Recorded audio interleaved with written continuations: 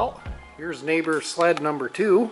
And I wasn't actually gonna make a video of this because all I'm doing is fixing a coolant leak. But then I thought, what the heck, you know, beginner YouTuber shouldn't be thinking that way. You should be pumping out as much content as you can. And then my neighbor can also see how I'm violating his sled here. The part of the hose here that loops around here underneath of the recoil cover and hooks up to the water pump outlet kind of rubbed out on the bottom here and gaped open. Blasted coolant everywhere. My solution for this, and I talked to him about it too, and he was okay with it. Take this big old 1-inch nipple, push it into the good part of the hose back there, and put in this new piece of 1-inch heater hose, I guess it is, but in this case she's a primary coolant hose. Of course the original hose had this big spring in it, which I presume goes the full length of the hose, just to keep it from ever crushing completely or whatever. So I'm going to try to use this to my advantage. Put it in the new hose here, and then it won't, of course, you know, we're going to have to bend this hose quite a bit more than it's really intended to be bent. And maybe this, having this chunk of spring here will help prevent it from collapsing. But basically we're just going to see if it works. You know, if it's looking like it's too squashed in a couple of places, then we might have to abort that mission and actually get the complete hose for it. I don't know exactly where that coolant hose goes. It loops around and goes underneath there. So I'm presuming it must go back to the tunnel. Of course, this is probably more of an excuse than anything, but my personal thoughts on doing this, just repairing this section of hose, is now you have a replaceable section for if that ever rubs out again, you know, because that hose is obviously, you know, it's there connected to the engine and it's vibrating with the engine and rubbing on this stationary frame of the sled. So that's going to be a common rub out point. So I thought, you know, if this works, then right on, there's nothing wrong with doing it. Now in the future, if it rubs out again, just 45 minutes and you have it fixed type of thing. So I cut that spring there, and just to make sure that the end of that spring, right where I cut it, didn't end up rubbing through and rupturing the line from the inside, went ahead and bent the end of it inwards like that. Now there's really no chance of it hurting that hose. Alright, well I got that nipple shoved in there, and I think it's a little too long. We're gonna have to make our new hose kind of do an S here, and it's already not really gonna want to bend too much. So take the friggin' chop saw to her and just chop a little bit off at each end so that she's only sticking out, you know, about this far, and we'll be able to just push our new section of hose right up against the old section. That would basically line us right up with just a nice curve right to here. I guess I forgot to show the inside condition of the original hose. As you can see, there's no sign of cracking. It's nice and flexible. Inside of this hose was cracked, and you know, the whole hose altogether was really stiff. Then this Redneck repair just wouldn't be happening. It would need a whole new hose. Alrighty, well, now she's a junior chubby nipple. I think she'll work now. Yeah, that's a lot better now. Now once that hose is pushed back to where it usually is, that nipple will probably just come out to about right there, and then we can just kind of bend our hose over and cross our fingers and hang upside down and hope she works. Alrighty, I got my spring shoved in there, and I had just enough room to get 2 hose clamps side by side. Hopefully double our chances of it staying leak free. I really wish we had these constant tension clamps in town. We just kind of looked everywhere and we can't find these things. Oh well, she'll work. Well, I guess I'll give a quick update here on the old Speed Queen. It ended up that straight nipple just was not going to work out for this. There was no way I was going to be able to contort the hoses enough to get that to work. I told my neighbor, and they happened to be in town, and all he could find for a 1-inch 90 degree, at least in our backwoods town anyways, was a plastic elbow. I was really sketched out about using it, but he insisted that he'd be okay if I slapped it on there, and I thought about it after, and our tractor actually has a couple of fittings like this, and they've they've lasted for years. I still personally don't recommend using plastic fittings in your cooling system, but we're just going to go ahead and do it in this case. And I honestly don't know what I would do in this situation. I guess if I absolutely couldn't find a metal elbow, and what else are you going to do? Just use a plastic one and keep an eye on it. Although on my triple, I want to put a coolant gauge on it. I'd just stick it out the side here somewhere. Then I would actually be able to monitor my temperatures and not have to trust a dummy light that may or may not be even working. Anyways, yeah, I'm just kind of fighting it on there. It's just tough to get it perfectly straight and wiggle it in there. Well, I guess this is our final product here. She's double hose clamped. I tightened those clamps up to about as much as I could with a nut driver like that.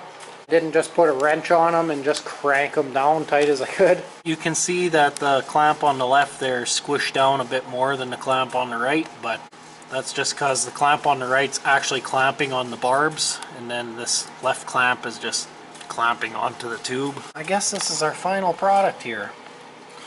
And actually, that hose barely even crushed right there. I guess that spring must be helping it out a lot, but I was worried not having a pre-bent spot here on this generic heater hose. It would have like kinked up really bad right here, but I guess that spring is saving it from doing that. Right on, it actually worked. If only it was a metal nipple, she would have got the Rupert seal of approval, but the plastic one, I'm still just a little on the sketch side, but he's okay with it, so we're gonna be okay with it too. I don't know, what's your guys' opinion out on YouTube land? I already explained how our tractor already has a couple of those fittings, and they lasted for like friggin' years. But I always see YouTube videos of newer vehicles, you know, that are hitting about 10 years old, and they have the odd plastic coolant fitting like that, and they're cracking and causing coolant leaks. In my mind, plastic is just going to fatigue too much with all the heat cycles, but I'm going to go ahead and fill her up with coolant and bleed it, I guess. Well, she's all buttoned back up. Got these belligerent pipes back on. Time to jack up the front and fill her up with some coolant. I had to fart around for a few days because we ended up stripping out a bolt for that Recoil dog catch cup deal in there. Got a rounded out bolt. Looks like somebody was quite trigger happy with a impact at some point in this sled's life. Then of course when I was putting the Recoil cover back on, I noticed we had two more rounded out bolts. Luckily my buddy who lives down the road hooked me up with a couple of these, so I was able to replace most of the bolts that were stripped out here, but I guess I should have grabbed one more.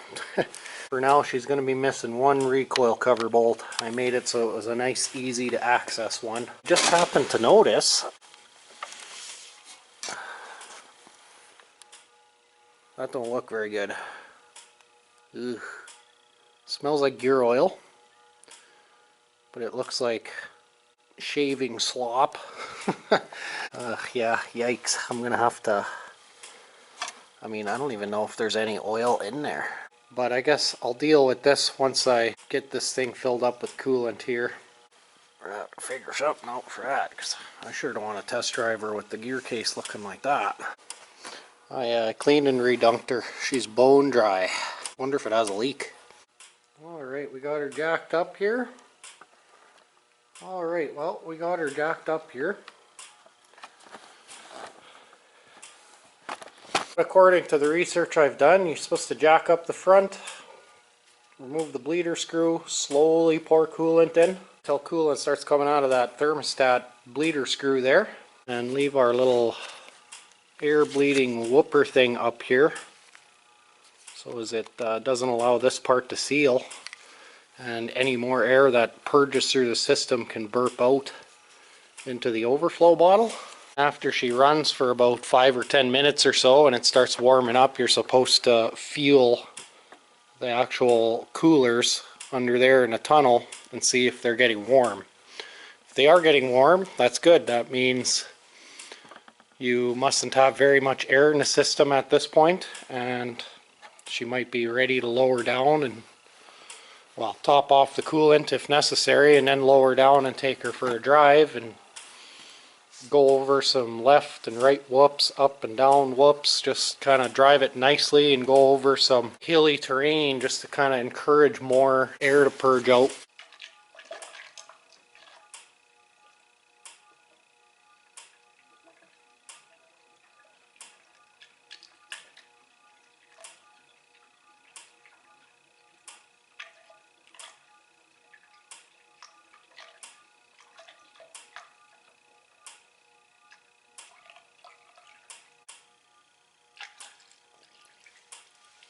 There we go.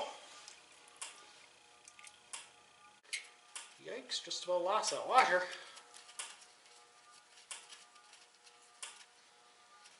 Alrighty, well, she's filled up plumb full. And this will be the first start of the year for this sled, so I'm going to have to pull it 650 times. But the gas smells really good. I don't think it's stale at all, so hopes are high that she'll fire up.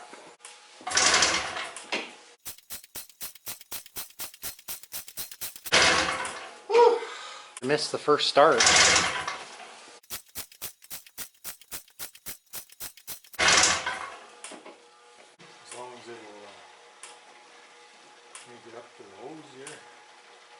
It shouldn't take much, because they are designed to be, rode on hills and stuff.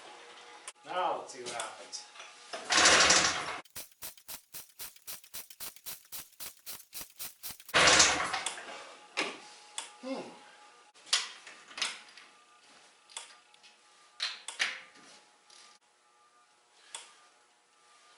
Yeah, I think they are a little gassy. Okay, well, we got spark. Let's give her a little squirt of gas down her cylinders.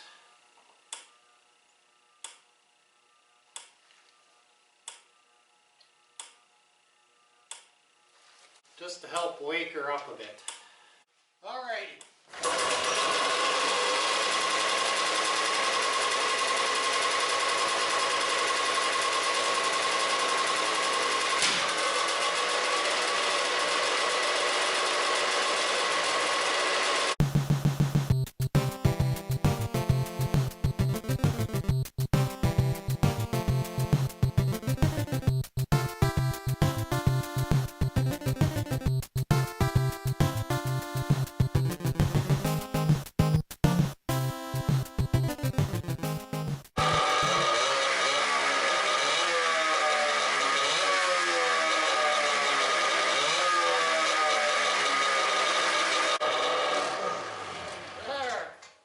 Good to go. She's not going to shoot and backfire, is she? She's a popper. In typical old sled fashion, we yanked out another pull rope right on the last pull. So we got to fix that now before we can start it again. The coolers are definitely warming up.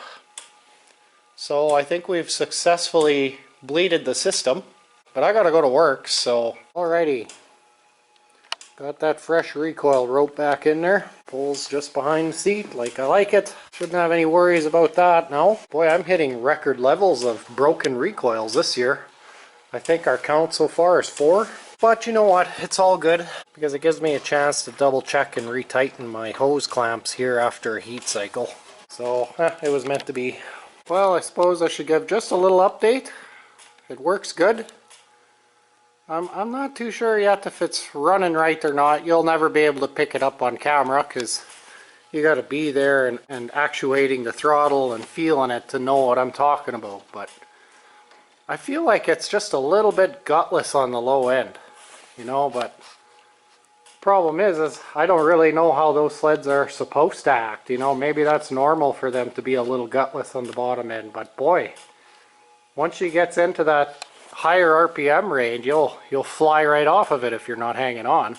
I filled the chain case up with some Dextron, and I was just gonna tell them to boot around with that for a little while and buy some proper chain case fluid, and we'll change it out after they put a few miles on it. There's lots of sludge in it right now, so I thought maybe we'll leave the Dextron in there to kind of clean her up. And yes, I know I got it overfilled a little bit, but I guess we should see if any more air is gonna gurgle out of our coolant here. Yeah, a little bit more came out. This is the second drive, so I think I'm going to let her cool down one more time, then take her for another spin. And just make sure all the air is out of it before I send it home. She has a bad connection under the dash here, and the tackle cut out, and from what I can tell, all the warning lights and the brake light will come on when it loses connection.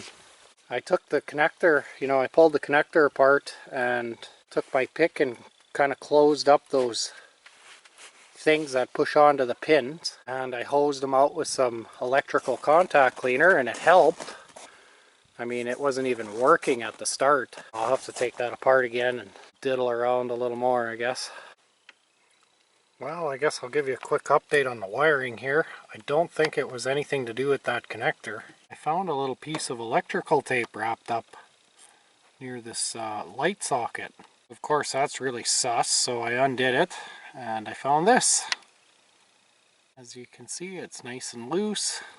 That was most likely our culprit. Oh, look at that! Oh yeah, that makes sense why everything was going bananas. That looks like it might be like a main feed or something. Or the main ground. Yeah, that's probably what it is, because it's a brown wire coming out of the harness, which is just hokey-pokey connected to this connector that I thought I was having problems with, that feeds the right half of the instrument cluster. And then from there it branches back out and goes to the other connector for the left side of the cluster. That is definitely our smoking gun. If that connection goes out while they're riding it, I believe the overheat light might not work unless it's independently powered or grounded from this overheat switch thing. I'm not sure, but I'm not willing to take the chance. So we're breaking out the heat shrink and the soldering iron here, and we're gonna just go ahead and fix that. I'm not too sure if I'm proud of that solder joint or ashamed of it, but you know what? It's better than it was. But you can see that's what the finished product looks like on all those connections. I ended up extending the original main wire that comes out of the harness, and I extended it from the light socket and then just joined them up with the wire coming out of the connector here. That way there will be no stretching, bunched up wires. Unfortunately, I didn't have any actual brown wire, I just had white wire, but oh well, it's going to be all that white wire is going to be covered up with heat shrink anyways, so if somebody sees that, they're probably going to be suspicious and actually, dig around and figure out that it's actually supposed to be a brown wire, in case somebody's ever troubleshooting electrical someday. Anyways, I'm going to pull my heat shrink tube down here and get her all melted up. She should be good to go. There we go. I don't know. She'll be fine.